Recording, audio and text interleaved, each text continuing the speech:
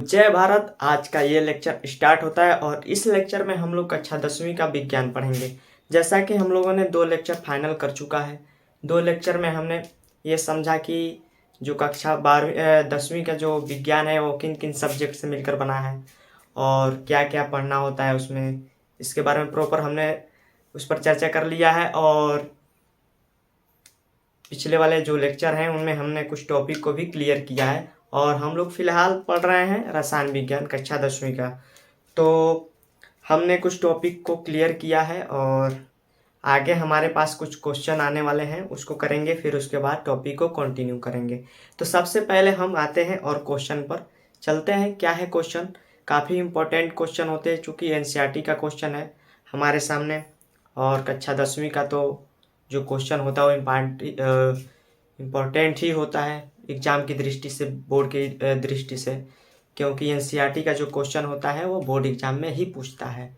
तो चलिए देखते हैं क्या होता है ये क्वेश्चन और प्रॉपर तरीके से इसको सॉल्व करेंगे, अच्छे तरीके से समझेंगे और देखेंगे। अगर ये तो क्लियर है, हम बताना चाहेंगे कि ये क्लियर है। यदि आप टॉपिक को अच्छे से पढ़ लेते हैं, अच्छे तरीके से पढ़ लेते हैं तो क्वेश्चन आप स्वयं ही कर सकते हैं।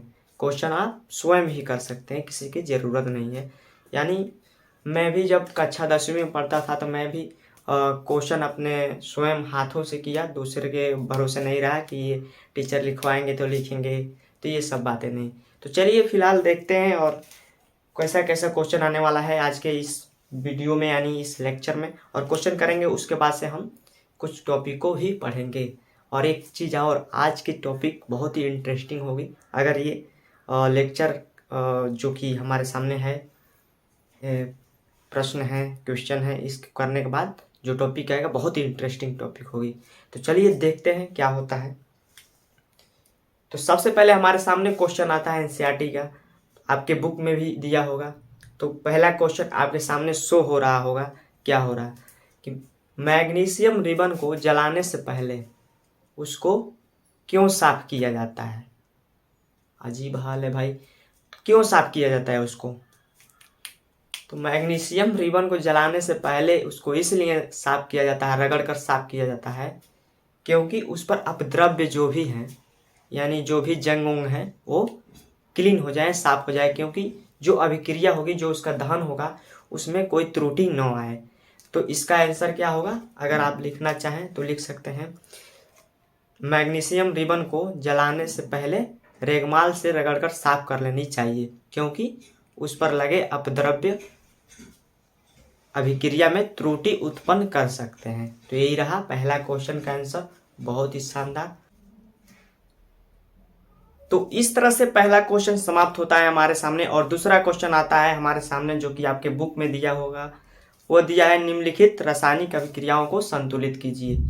तो क्या है ये अभिक्रिया, देखते हैं। तो पहला अभिक्रिया दिया है आपके बुक के अंदर, हाइड्रोजन और क्लोरीन। हाइड्रोजन और क्लोरीन रिएक्शन करते हैं, जिससे क्या बनता है? Hydrogen chloride. हाइड्रोजन क्लोराइड बनता है, आप देख सकते हैं हाइड्रोजन क्लोराइड बनता है। तो ये किस प्रकार से बनता है? आपके बुक में दिया है शब्द के रूप में, शब्द के रूप में दिया है, लेकिन इसे हम लोग उसके सूत्र समीकरण को लिखेंगे, उसके बाद से इसको संतुलित करेंगे। जो चूंकि बोला है ये संतुलित करने के लिए, तो चलिए चलते हैं और संतुलित करते हैं। हमने आपको सिखाया भी है संतुलित किस प्रकार से किया जाता है। अगर नहीं आया तो कमेंट कीजिए, हम बताएंगे फिर दोबारा, या फिर पिछला वाला लेक्चर देखिए, उसमें आपको प्रॉपर समझाया गया है कि किस प्रकार से एक समीकरण को संतुलित किया जाता है। तो चलिए इस क्वेश्चन को सॉल्व करते हैं। तो हमारे बुक के अंदर दिया है, निम्नलिखित अभिक्रियाओं को संतुलित कीजिए। तो पहला अभिक्रिया हम दिया है हमारे पास, पहला क्या दिया है? हाइड्रोजन, हाइड्रोजन और दिया है क्लोरीन। क्लोरीन, इससे बन रहा है हमारे पास हाइड्रोजन क्लोराइड। हाइड्रोजन क्लोराइड,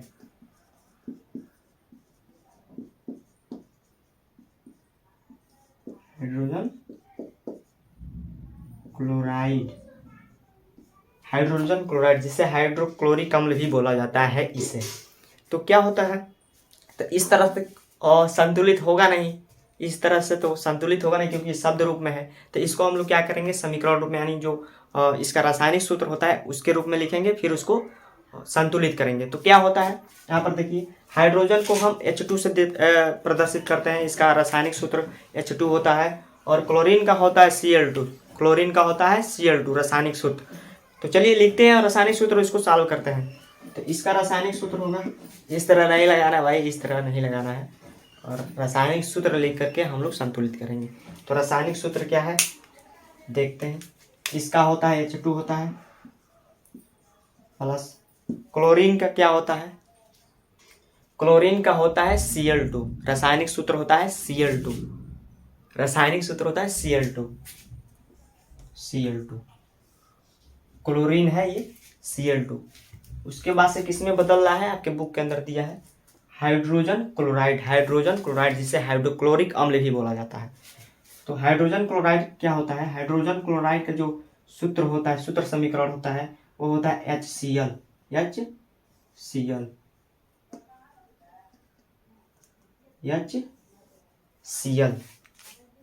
तो हमने प्रॉपर लिख लिया सूत्र समीकरण के रूप में। अब हम लोग चलते हैं संतुलित करते हैं, चूंकि बोला है संतुलित कीजिए। तो चलिए देखते हैं, वही वाला विधि हम लोग लगाए हैं जो पिछले लेक्चर में हमने पढ़ा था। तो इस लेक्चर में हम इसको सॉल्व करते हैं उसी विधि के द्वारा।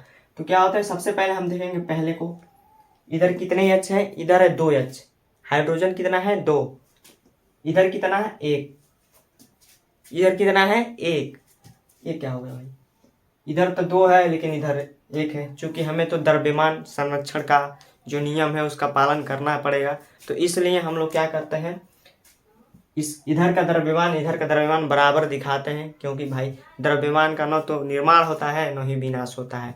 तो इसलिए द्रव्यमान संरक्षण का नियम का जो होता है उसका पालन करना आवश्यक है। तो यहाँ पर देखिए इधर 2 है, अगर इधर 1 है, अगर हम क्या करें यहाँ पर 2 लिख दें तो 2 हाइड्रोजन इधर, 2 हाइड्रोजन इधर, इधर कोई परिवर्तन नहीं करना है। हमने पिछले लेक्चर में बताया भी है, जो भी परिवर्तन करना है इसके सामने गुणांक के रूप में करना है, न कि इसके पाछे और ऊपर नहीं। इसके सामने अगर हम 2 लगा देते हैं तो क्या होता है, इधर 2 हाइड्रोजन और इधर 2 हाइड्रोजन, प्रॉपर ये ठीक है। इधर का द्रव्यमान और इस H का द्रव्यमान और इस H का द्रव्यमान आपस में बराबर हो गया। अब आगे चलते हैं Cl पर जाते हैं। Cl देखते हैं, इधर तो 2 है, इधर क्या है 1 है, इधर 2 है, इधर 1 है, लेकिन हमने जो यहाँ पर 2 लगाया है वो इसके लिए भी है, Cl के लिए भी है। तो इस तरह से हम देखते हैं कि 2 Cl इधर भी है, 2 Cl इधर भी है, तो इसका जो संतुलन है वो पूर्ण होता है, ये संतुलित हो गया। एक बार और चेक करते हैं कि क्या है वास्तव में संतुलित हो चुका है। अगर नहीं हुआ है तो कहीं गड़बड़ हुआ होगा, उसको हम लोग चेकअप करेंगे। तो इधर H2 2 है, यानी H जो है वो 2 है, इधर कितना है 2 है, Cl इधर 2 है, Cl भी इधर 2 है। ये जो 2 लगा है ये पूरे पद के लिए है, H के लिए भी है, Cl के लिए भी है। तो इसलिए यहाँ पर देखते हैं 2H भी है, 2 Cl भी है, 2H भी है, 2 Cl भी है। तो इस तरह से हमारा दूसरा क्वेश्चन फाइनल होता है। अगर आपको नहीं आता है संतुलित करना तो भाई पिछला लेक्चर जाकर देखिए, वहाँ पर संतुलित करना आसानी से सिखाया गया है। तो इस तरह से ये क्वेश्चन फाइनल होता है। एक स्क्रीनशॉट, उसके बाद आगे चलते हैं और समझते हैं दूसरा क्वेश्चन क्या होता है।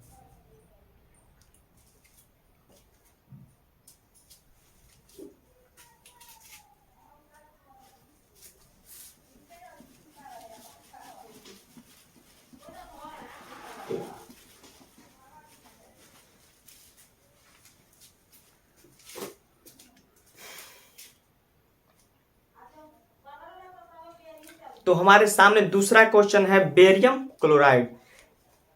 बेरियम क्लोराइड एल्युमिनियम सल्फेट से क्रिया करके बेरियम सल्फेट और एल्युमिनियम क्लोराइड में बदल रहा है। ये भी शब्द समीकरण दिया है, हमें सूत्र समीकरण के रूप में लिखना पड़ेगा, तब जाके इसको हम लोग संतुलित करेंगे। तो क्या है देखते हैं, क्वेश्चन हमारे पास है बेरियम क्लोराइड और एल्युमिनियम सल्फेट जो आपस में क्रिया करके बेरियम सल्फेट और एल्युमिनियम क्लोराइड में बदल रहे हैं।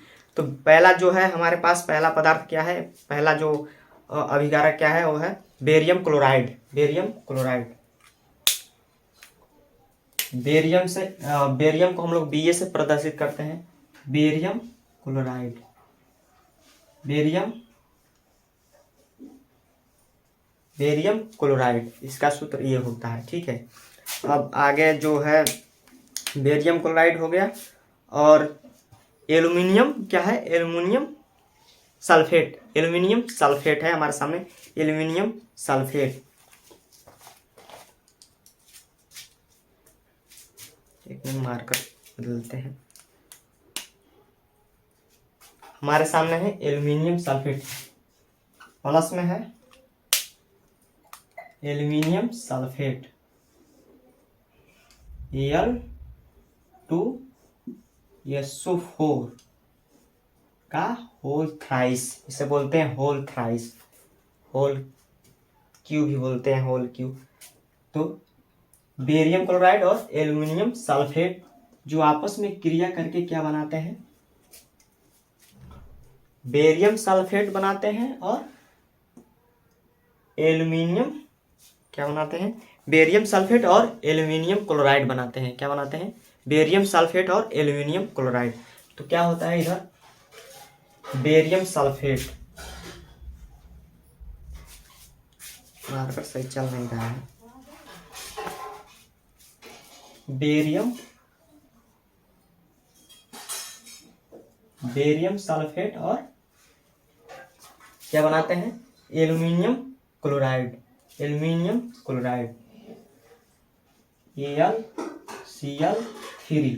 AlCl3।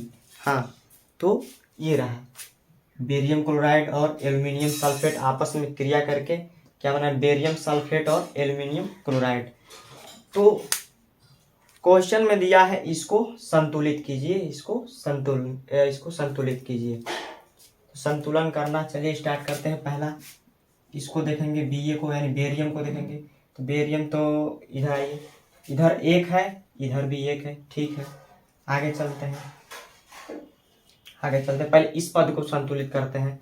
इधर देखिए SO4 जो है वो एक है, इधर कितना है, 3 है, इधर 3 है, इधर 1 है। तो क्या करें, सिंपल से यहाँ पर 3 से गुणा करें, 3 से गुणा करें तो 3SO4 इधर, 3SO4 इधर। लेकिन एक गड़बड़ और हो गया हमारे सामने, वो है यहाँ पर बेरियम क्या है, इधर 3 हो गया और इधर 1 है। ये क्या, इस तरह से नहीं हो सकता, इधर भी 3 होना चाहिए, इधर 3 है। तो क्योंकि द्रव्यमान संरक्षण का वो पालन करना है, तो इधर 3 है तो इधर भी हम लोग 3 बनाएंगे। तो इसके लिए 3 से इधर गुणा करेंगे, तो 3 इधर बेरियम और 3 इधर बेरियम। अब सल्फेट जो है इधर 3 है, इधर भी 3 है, यानी ये पद संतुलित हो गया। लेकिन फिर एक प्रकार का गड़बड़ यहाँ पर हो गया। अब चलिए आगे चलते हैं, अब देखते हैं, अब इसको सॉल्व करते हैं। ये देखिए Al2 यानी एल्युमिनियम को सॉल्व करते हैं। तो एल्युमिनियम इधर कितना है, 1 है, नहीं 2 है, इधर 2 है, देखिए 2 है, और इधर कितना है, 1 है। ये क्या, इधर 2 है, इधर 1 है। अच्छा, तो इधर जब तो इधर यहाँ पर एल्युमिनियम इधर 2 है, एल्युमिनियम इधर 2 है, और इधर कितना है, 1 है। ये क्या हो गया, इधर हमने 2 लिया था, इधर 1 प्राप्त हो रहा है। यानी अभिकारक में हमने एल्युमिनियम 2 लिया था और उत्पाद में 1 प्राप्त हो रहा है। तो क्या करेंगे, इधर हम लोग 2 से 2 का गुणांक इधर लगाएंगे, ताकि तभी तो समान होगा, इधर 2 हो जाएगा, इधर भी 2 हो जाएगा। तो 2 का गुणांक हम लोग यहाँ पर लगाते हैं, इससे क्या होता है, 2 एल्युमिनियम इधर और 2 एल्युमिनियम इधर। अब आगे चलते हैं, अब किस पर चलते हैं, यहाँ देखिए Cl3 पर। तो Cl यहाँ पर, तो इधर तो 3 है, लेकिन यहाँ पर क्या है, 2 है, यहाँ पर 2 है, और इधर क्या है, 3 है। तो क्या होगा, तो यहाँ पर 3 वास्तव में नहीं है, जो 2 लगाए हैं वो इसके लिए भी होगा, Cl के लिए भी होगा, केवल Al के लिए नहीं होगा, क्लोरीन के क्लोराइड के लिए भी होगा। तो यहाँ पर देखिए, तो ये इस तरह से गुणांक के रूप में है, तो कितना हो गया, 3 दूने 6 क्लोरीन इधर भी है, और यहाँ पर देखिए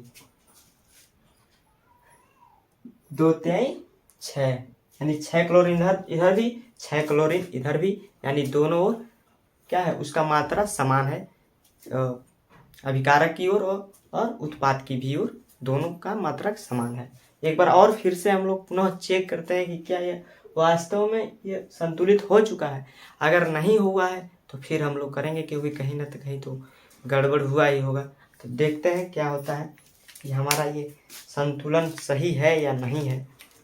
तो देखिए यहाँ पर बेरियम इधर 3 है, बेरियम इधर 3 है, क्लोरीन इधर 2/3 है, क्लोरीन इधर 2/3 है, 6 उधर भी है। अब एल्युमिनियम इधर 2 है, एल्युमिनियम इधर 2 है, एल्युमिनियम इधर 2 है।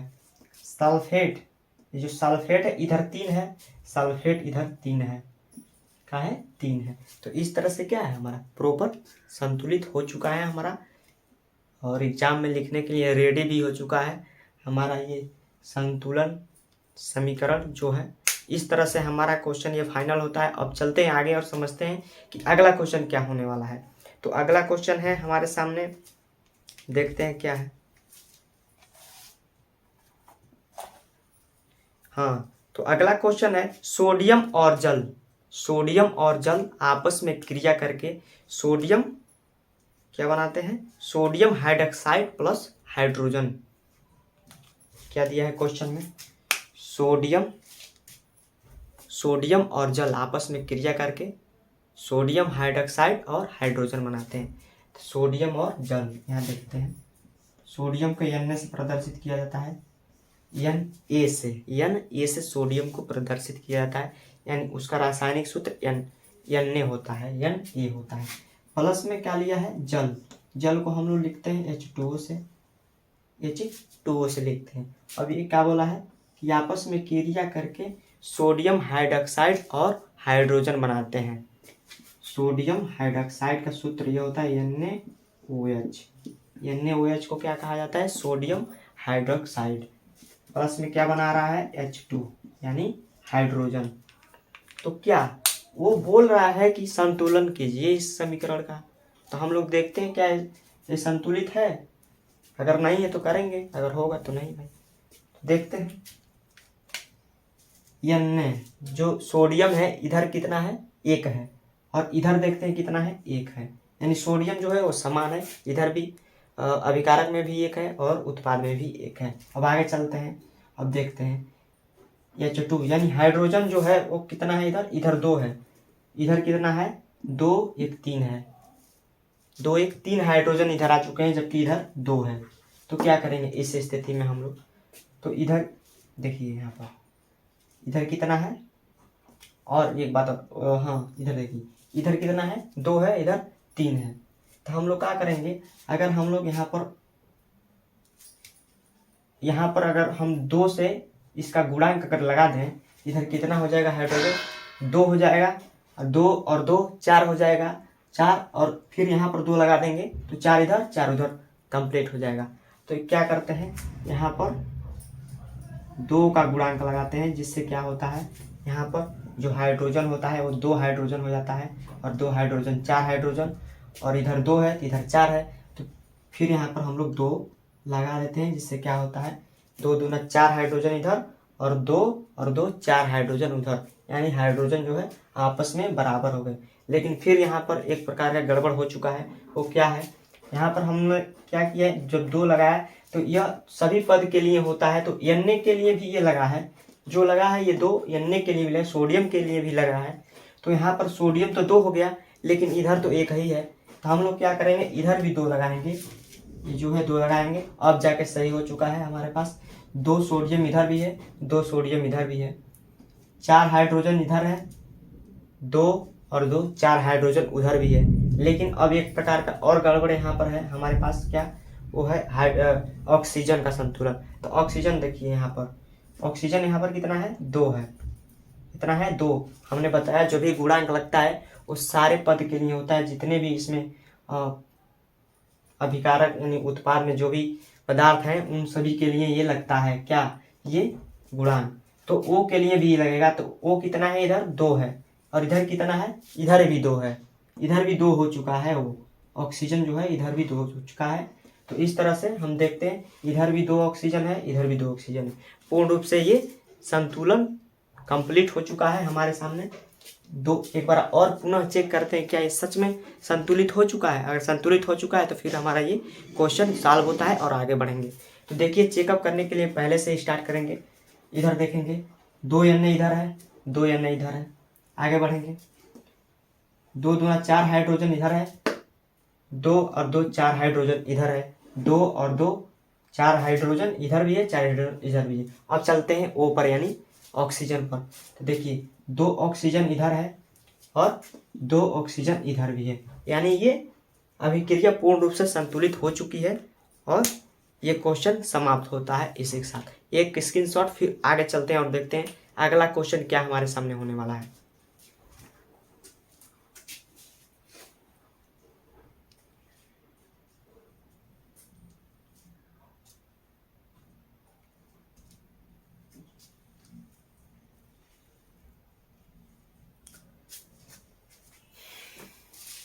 अब देखते हैं हमारे सामने जो तीसरा क्वेश्चन होता है आपके बुक के अंदर, वो क्या है। हमारे सामने तीसरा क्वेश्चन होता है, निम्नलिखित अभिक्रियाओं के लिए उनकी अवस्था के संकेत के साथ संतुलित समीकरण संतुलित रासायनिक समीकरण लिखिए।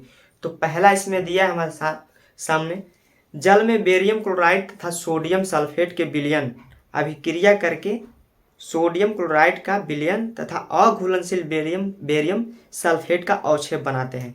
तो देखते हैं क्या क्या है। इसमें दिया है कि बेरियम क्लोराइड तथा सोडियम सल्फेट का विलयन, यानी बेरियम क्लोराइड है और सोडियम सल्फेट का विलयन है, जो आपस में क्रिया करके क्या बना रहे हैं, सोडियम क्लोराइड और अघुलनशील बेरियम सल्फेट बना रहे हैं। तो आइए देखते हैं इसे कैसे ही होता है।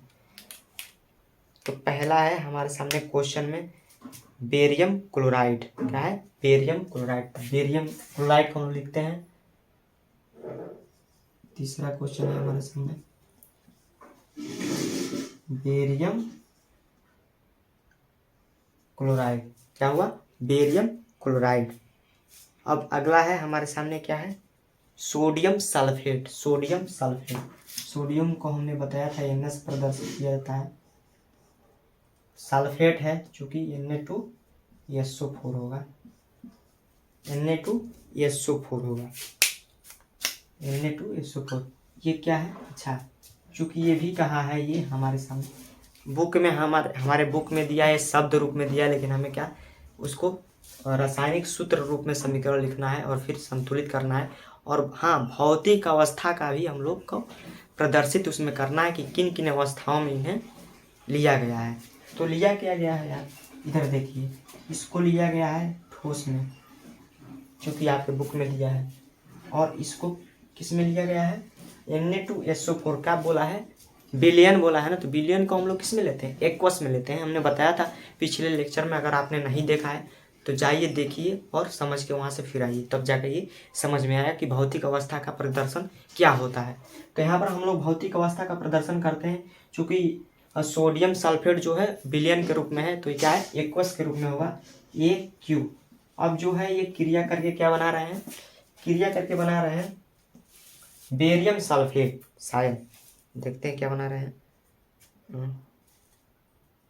सोडियम क्लोराइड तथा बेरियम सल्फेट, सोडियम क्लोराइड तथा बेरियम सल्फेट। इधर देखिए, sodium chloride NaCl, sodium chloride NaCl, इसे हम लोग नमक भी कहते हैं, ठीक है।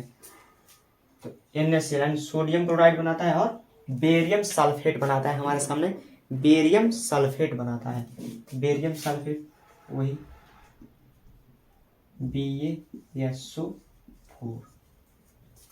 अब किन अवस्था में हमें प्राप्त हो रहा है, तो कुछ नहीं, क्या बोला है, अवक्षेप ना, किसका अवक्षेप बन रहा है हमारे सामने, बेरियम सल्फेट का अवक्षेप बन रहा है। तो अवक्षेप जो होता है वो ठोसी होता है, ठोस होता है, यानी सॉलिड अवस्था में होता है। और NaCl क्या होगा, इसमें क्या बोला है, NaCl क्लोराइड विलयन, इसका विलयन बन रहा है, यानी एक्वस के रूप में ये बन रहा है।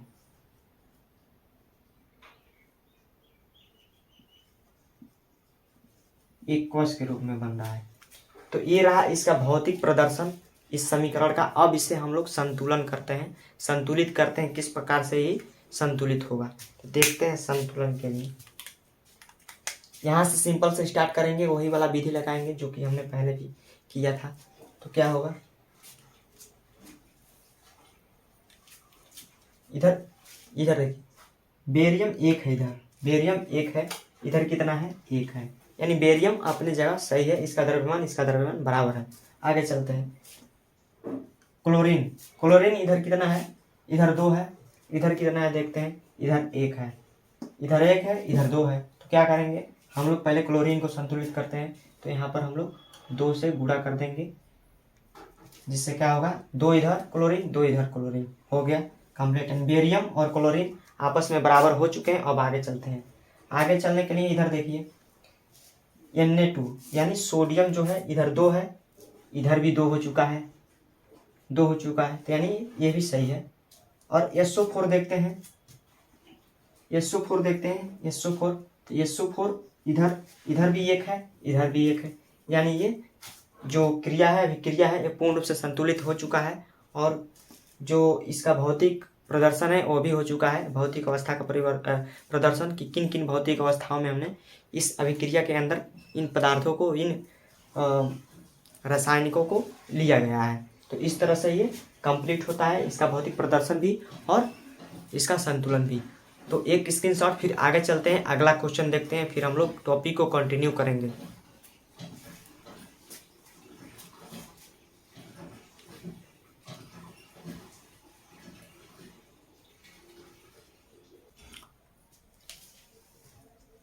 इसे मिटाते हैं, फिर वो क्वेश्चन यहाँ पर आ जाएगा, आ तो जाना चाहिए। हाँ, तो अगला क्वेश्चन है हमारे सामने, जो तीसरा का दूसरा है। तीसरा में 1 और 2 करके दिया है, उसमें 1 और दिया है, दूसरा है क्या है, सोडियम हाइड्रोक्साइड का विलयन। हम लोग पहले इसके साथ साथ लिख भी लेते हैं, सोडियम हाइड्रोक्साइड NaOH का विलयन बोला है, एक्वस के रूप में लिया गया है। तो क्या होगा, NaOH, ओ सॉरी,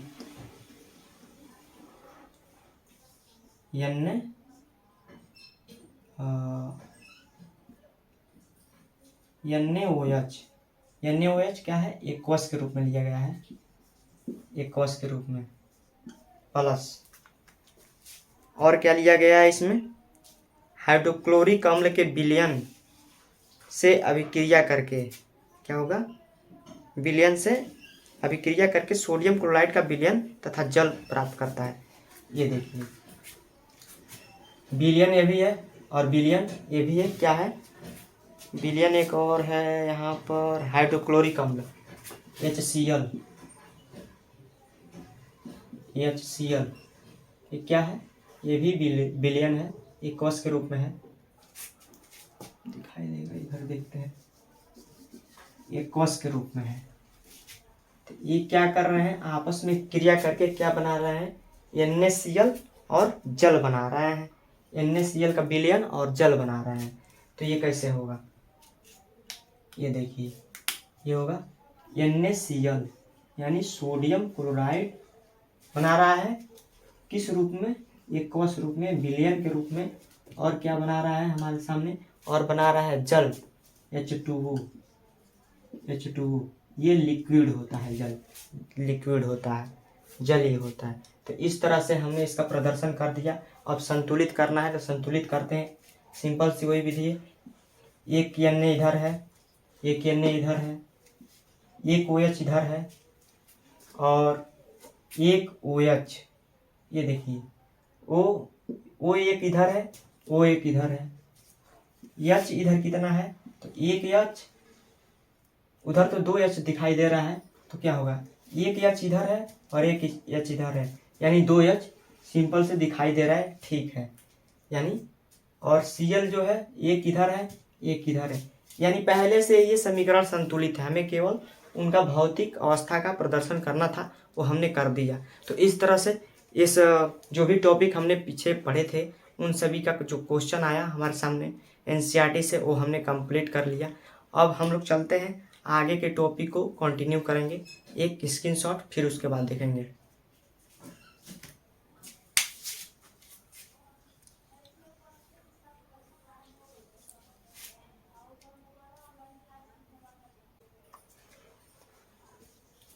तो एक बात के लिए सॉरी, आज के वीडियो में बस इतना ही, यानी आज का लेक्चर यहीं पर समाप्त करते हैं। बाकी अगले लेक्चर में हम लोग टॉपिक को कंटिन्यू करेंगे और अगले लेक्चर में हम लोग देखेंगे कि अभिक्रिया का प्रकार क्या होता है, यानी कौन कौन से अभिक्रियाएं होती है, उनको प्रॉपर तरीके से समझेंगे। और एक बात और, एक इंटरेस्टिंग टॉपिक हमने बोल रहा था पिछले ही कि इंटरेस्टिंग टॉपिक होगा, वो है चूना का, जो कि हम लोग दीवारों पर पुताई करते हैं, उसके लिए है।